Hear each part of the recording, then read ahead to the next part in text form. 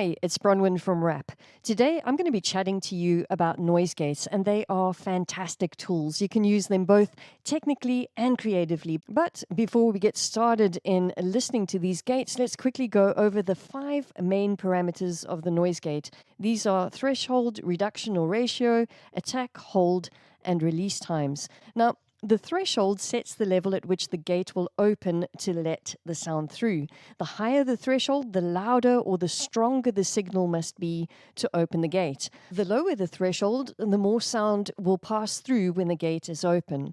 Your reduction or your ratio here is the balance between the original sound and the gated sound. So, for example, instead of using the gate to totally mute the background ambience on a vocal track, you can allow some of that ambience to still be heard if that's what's necessary and what you like. The attack time controls the speed of the gate opening. So a gate that opens too quickly on a slower signal attack will produce or can produce a click sound. So if you're working with percussive instruments, then use a really nice fast attack time. And for pretty much everything else, have a look at anything from 10 and above. If you're getting clicks, then you need to increase that attack time. The whole time, this is the minimum time that the gate will stay open. When there's a high-speed fluctuating signal level, the gate will constantly open and close. You'll see it over here. And this is called chatter. Now, most noise gates are often internally set to a minimum of 20 to 30 microseconds to prevent chatter, although it's possible to set your own time. Hysteresis is another type of chatter control, and in this instance, the threshold automatically increases a few dBs for subsequent gate openings, and then it decreases a few dBs for closing the gate. And the concept behind it is that any sound of fast and varied levels won't produce chattering. Then we have a look at the release time over here. The release time determines how long it takes for the gate to go from fully open to fully closed. Setting this time has a lot to do with how the gate is being used as noise elimination or effect. So let's say, for example, you're working to clean up a noisy guitar part and you wanted a nice natural decay that ends with the hum or the noise cut out. If you're using it as an effect, then it would be set a lot faster, and a fast release will quickly cut off the sound. Whereas if you wanted that resonance and that tail of that guitar part, then you would slow it down a bit, and a slower release is more like a fade out. So let's get right into it. The first example is I'm going to show you the typical use of a noise gate, and that is to clean up parts. And this is the snare mic from a recording of an acoustic drum kit. Let's have a listen. So you can hear the bleed from the hats and the kick in the mic. I'm going to now use the noise gate to clean it up.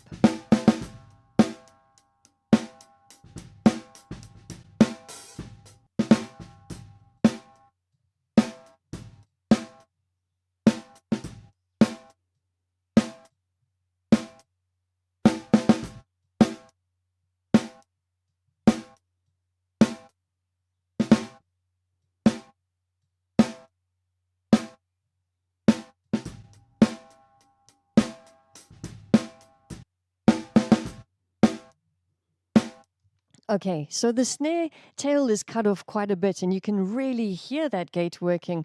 And this is sometimes okay, especially if you're going to be adding in, say, for example, the overhead microphones from that acoustic session, because that will then cover up and help with the sound of the snare. So let's have a listen to that snare now with the overheads added in.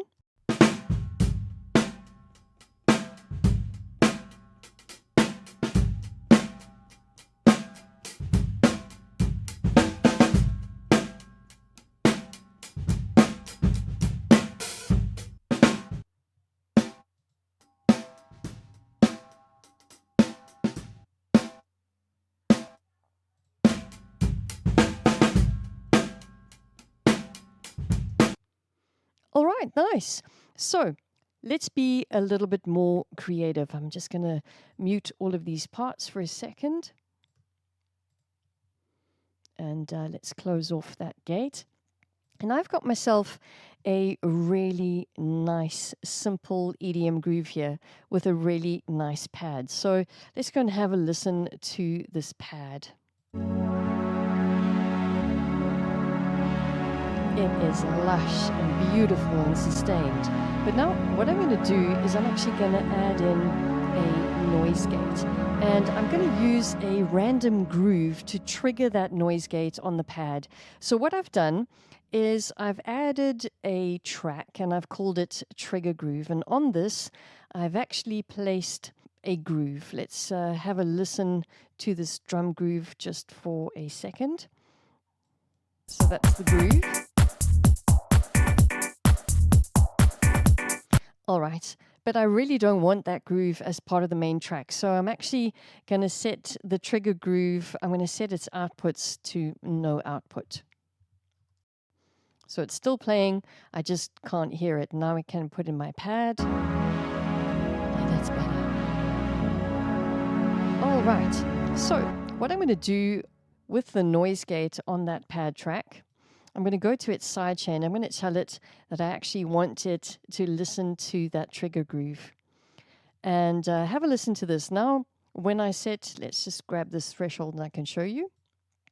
So now, as that's playing, you can see, as I move this threshold, how that groove is starting to open and shut, trigger that gate, and starting to cut up that pad sound.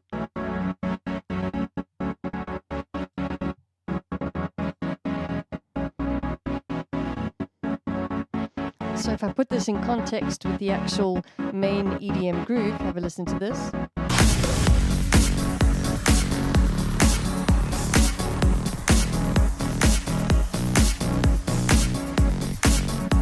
Right, I'm going to take it out.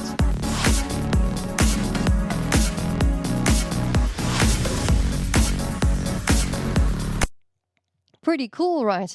The thing is that the noise gate over here is actually responding to the pattern of the groove, and that is what is opening and closing on the pad. So if we try different grooves, let's just grab another one.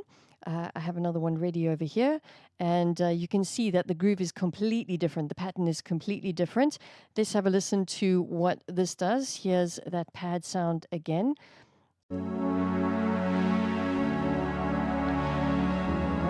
Let's put in the noise gate, and you can see that it's still triggered. Let's listen.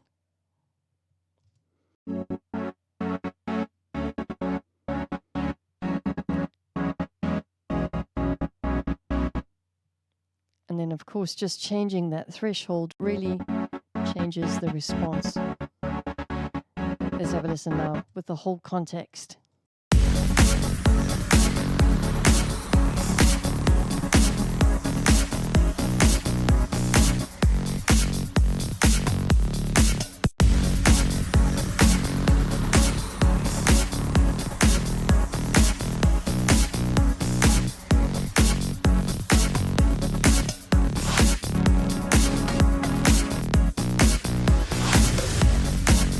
Right, and just to demonstrate further, I'm going to actually just switch out the groove, and you'll be able to hear just the subtle differences between the two grooves triggering the gate.